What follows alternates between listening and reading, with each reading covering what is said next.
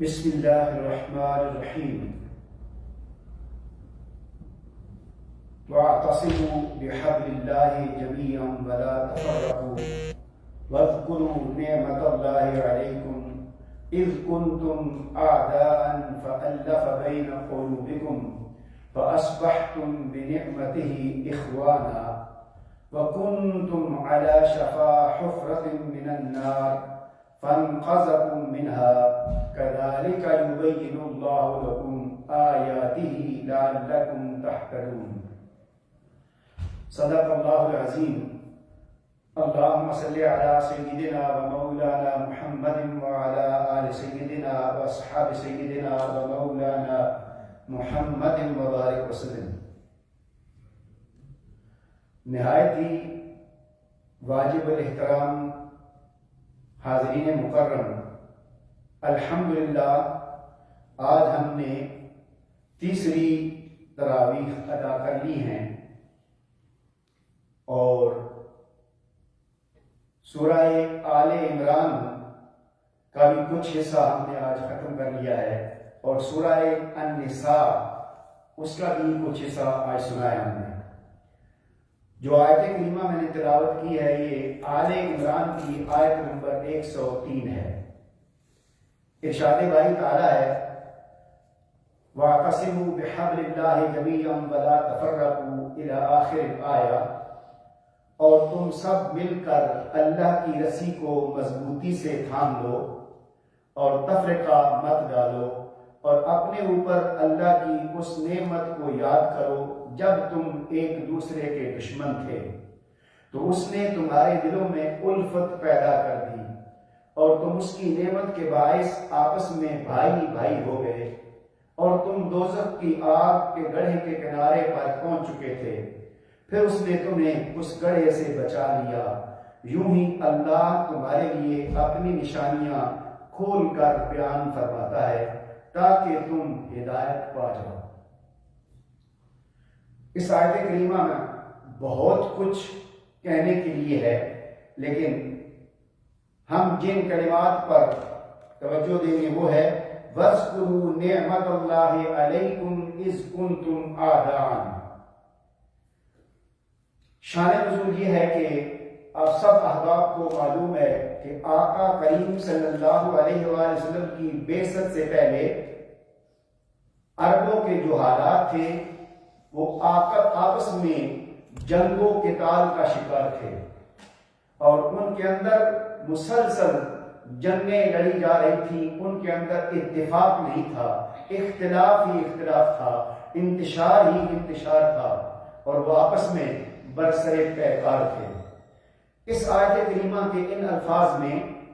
اللہ کریم مسلمانوں کو، مومنوں کو یہ متوجہ فرما رہا ہے کہ اے لوگو یاد کرو اس وقت کو۔ کون سا وقت؟ خاص طور پر اس آیت کریمہ کا مصداق قبیلہ اوس اور خزرج ہے۔ یہ قبیلہ اوس اور خزرج مدینہ منورہ میں یہود کے قبیلے تھے، ان کے مابین 120 سال تک جنگ رہی اور 120 سال بعد آقا کریم کی آمد سے، آقا کریم کے صدقے سے حضور نبی کریم صلی اللہ علیہ وآلہ وسلم کی شکل میں نعمت الہی سے اللہ کریم نے ان کے دلوں کو متعلق کر دیا، جوڑ دیا، آپس میں ان کو متحد کر دیا اور وہ 120 سال سے جو جنگ لڑ رہے تھے وہ ختم ہو گئی تھی۔ اب وہ یہاں بیان کر رہا ہے قرآن کریم کہ اس وقت کو یاد کرو کہ جس کی وجہ سے، جس نعمت کے صدقے سے اللہ کریم نے تمہیں آپس میں کیا کر دیا ہے؟ متحد کر دیا ہے، تم آپس میں ایک دوسرے سے محبت کرتے ہو۔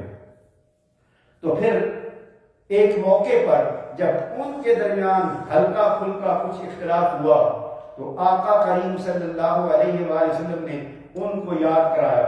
اور اس آیت کریمہ میں بے شمار تفسیریں ہیں، لیکن میں صرف حضور نبی کریم صلی اللہ علیہ وآلہ وسلم کے جو کلمات ہیں اس آیت کی تفسیر میں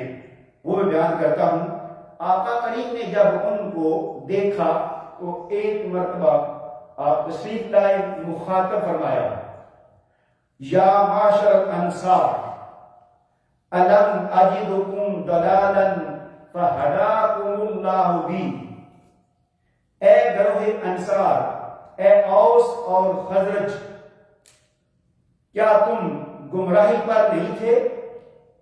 کیا تم دلالت میں نہیں تھے؟ کیا تم بھٹکے ہوئے نہیں تھے کہ اللہ تعالیٰ نے تمہیں میری وجہ سے، یعنی آقا کریم کے صدقے سے ہدایت عطا فرمائی؟ پھر فرمایا وَكُنْتُمْ مُتَفَرِّقِينَ فَأَلَّفَكُمُ اللَّهُ بِي، کہ تم بھی آپس میں اختلاف کا شکار تھے، آپس میں منتشر تھے، تم لڑ رہے تھے، تم جگڑ رہے تھے، تو اللہ کریم نے میری وجہ سے، یعنی آقا کریم کی وجہ سے ان تمہارے درمیان الفت پیدا کر دی، محبت پیدا کر دی، اور تمہارے اندر یکجہت پیدا ہو گئی۔ وَكُنْتُمْ عَالَةً فَأَغْنَاكُمُ اللَّهُ بِي، تم جنگ و جدال کی وجہ سے فقیر تھے، غریب تھے،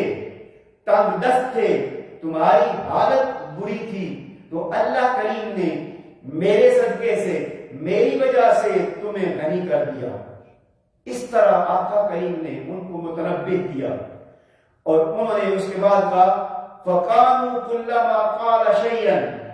جب بھی حضور کچھ فرماتے اس کے جواب میں وہ عرض کرتے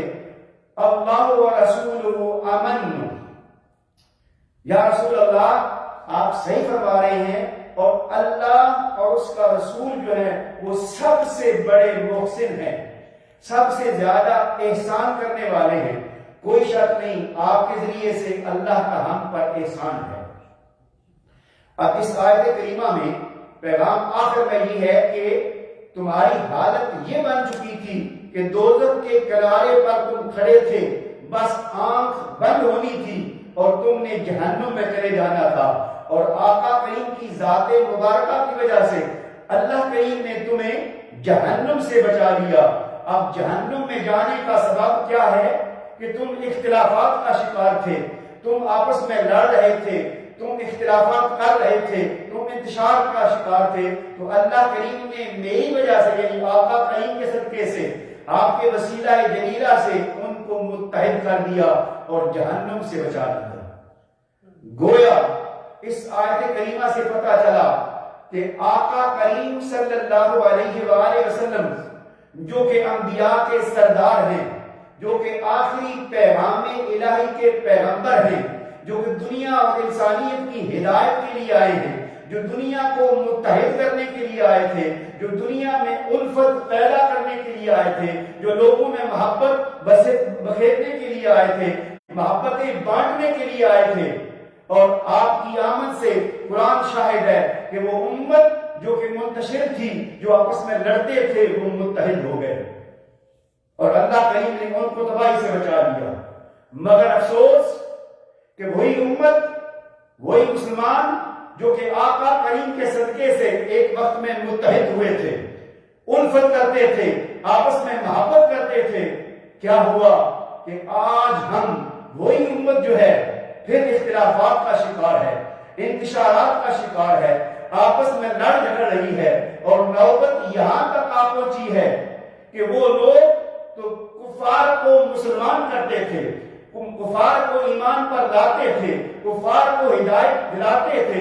آج ہم جو مسلمان ہیں، جو کلمہ گو ہیں، ان کو اسلام سے نکالنے کے درپے ہو چکے ہیں۔ آقا کے صدقے سے دوزخ سے بچایا گیا تھا، دوزخ میں گرنے والے تھے، اور آج ہم پھر لوگوں کو دوزخ کی طرف دھکیل رہے ہیں۔ کیوں؟ کہ وہ ذات مبارکہ جو کہ رحمت بن کر، محبت کا پیغام لے کر، محبت کا مرکہ بن کر، الفت کا پیغام لے کر آئی تھی، اس کو ہم نے ذریعہ بنا دیا۔ آپ کے سامنے ذرا نقشہ لائیں کہ ہم نے کبھی آقا کی ذات مبارکہ پر اس امت میں انتشار ڈال رہے ہیں، کبھی آل بیت کے نفوس قدسیہ کی ذات مبارکہ کی وجہ سے بعض لوگ امت میں انتشار ڈال رہے ہیں، اور کبھی صحابہ اکرام کی وجہ سے امت میں اختلافات پیدا کیے جا رہے ہیں۔ الغرض کبھی نہ کبھی کسی نہ کسی معاملے پر امت کے اندر فتنے پیدا کیے جا رہے ہیں، امت کو منتشر کیا جا رہا ہے، امت کو بخیرا جا رہا ہے۔ آقا نے امت کو بچایا تھا اور یہ پھر امت کو جہنم کی طرف لے جائے جا رہے ہیں۔ انہی فتنوں میں سے